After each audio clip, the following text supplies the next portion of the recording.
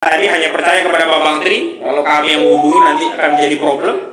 Nah, ini akan menjadi masalah. Dan karena itulah kami mengambil opsi untuk mencabut perkara, dan dengan demikian sesuai dengan ketentuan perdata, kalau gugatan perdata, gugatan perbuatan melawan hukum perdata dicabut sebelum masuk ke pokok persidangan, pokok perkaranya, belum ada jawaban dari tergugat, maka kasus dianggap tidak ada.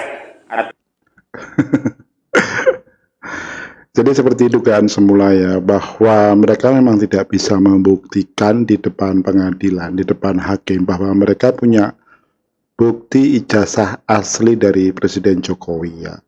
Bahkan sempat beredar juga di media bahwa ada oknum tertentu yang akan membeli ijazah asli dari teman Presiden Jokowi semasa SMA, yaitu ijazah dari Pak Joko Wahyudi.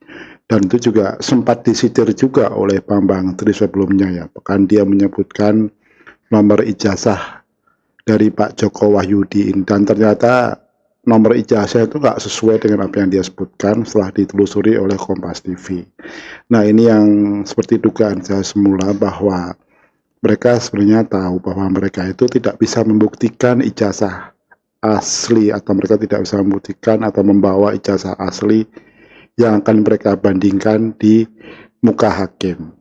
Tapi meskipun demikian, mereka memang seperti biasanya, mereka itu sangat percaya diri, sangat ya berapi-api gitulah. Mereka juga didukung oleh para pemandu soraknya seperti Rocky Gerung, Refli Harun, dan juga emak-emak yang nggak tahu mereka itu siapa ya.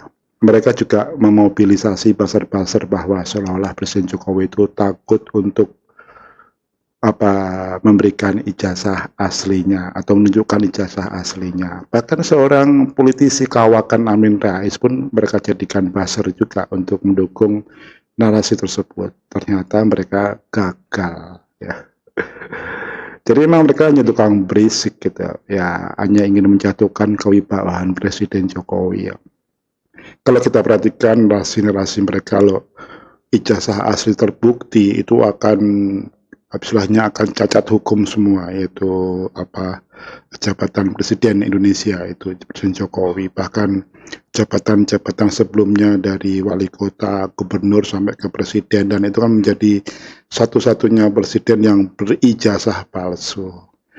Nah ternyata mereka sendiri nggak bisa membuktikan apa-apa, jadi memang mereka hanya omong kosong dan besar omongan aja. Apalagi kalau kita perhatikan kayak Egy Sujana dan orang yang bicara tadi ya, dia itu adalah seorang pengasong HTI atau penggiat HTI yang memang sengaja menarasikan ini untuk menjatuhkan Presiden Jokowi ya.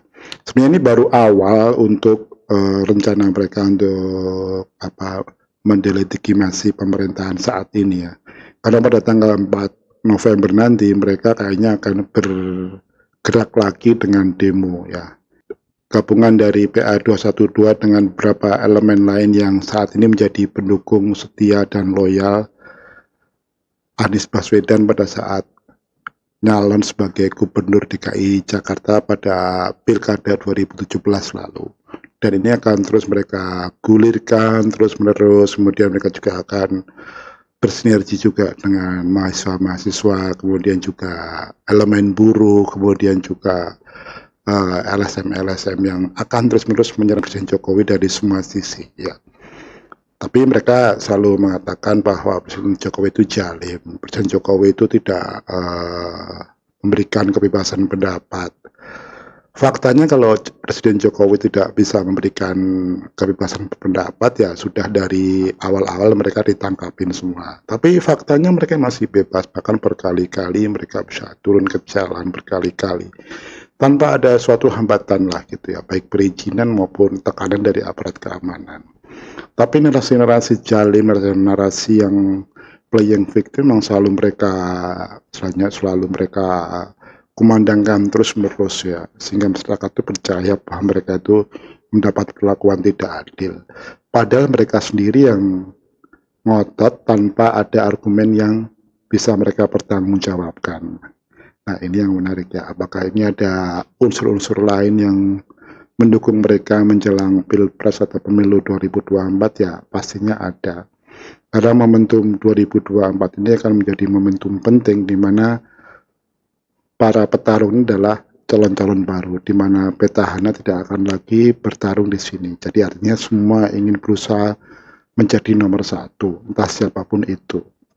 Yang jelas kalau kita perhatikan sekarang ini, ambisi terkuat adalah di kubu Anies Baswedan ya, di mana dia berusaha menggalang dukungan dari berbagai elemen masyarakat yang bahkan yang tadinya komunitas non-muslim yang mereka anggap sebagai musuh atau lawan, sekarang mereka rangkul dengan tanpa malu.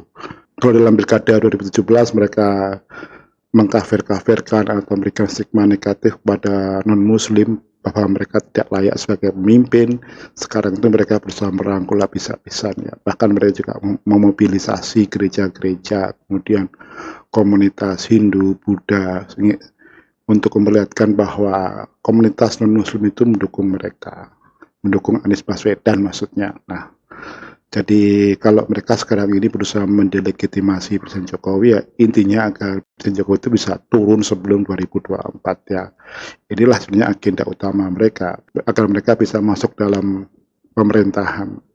Tapi sebenarnya mereka sendiri kalau ikut Pilpres itu mereka akan menang. Ini strategi mereka supaya mereka bisa masuk tanpa kontestasi politik gitu ya.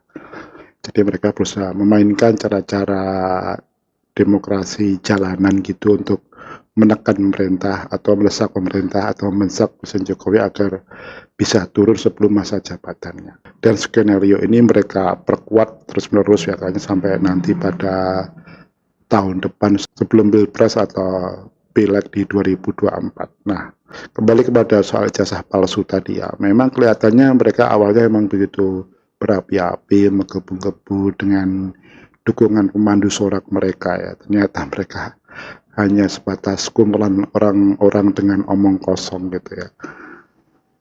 Dengan harapan mereka mendapatkan dukungan masyarakat, ada mobilisasi masyarakat untuk menekan Presiden Jokowi agar mundur karena ijazah palsu atau karena Presiden Jokowi tidak bisa menunjukkan ijazah aslinya. Ternyata mereka sendiri sekarang kelabakan karena aturan pengadilan atau aturan hukum memang mereka harus bisa menunjukkan bukti dokumen asli dari ijazah asli Presiden Jokowi. Tapi faktanya mereka cuman omong kosong, tidak bisa memberikan bukti apapun. Ya wajar aja kalau mereka sekarang menarik gugatan mereka ya, karena mereka akan malu kalau sampai diteruskan ya.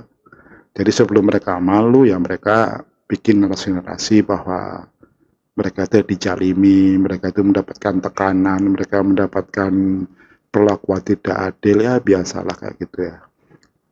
Jadi kalau kumpulan-kumpulan para pecundang memang biasanya melakukan playing victim untuk menutupi kekurangan atau kelemahan mereka.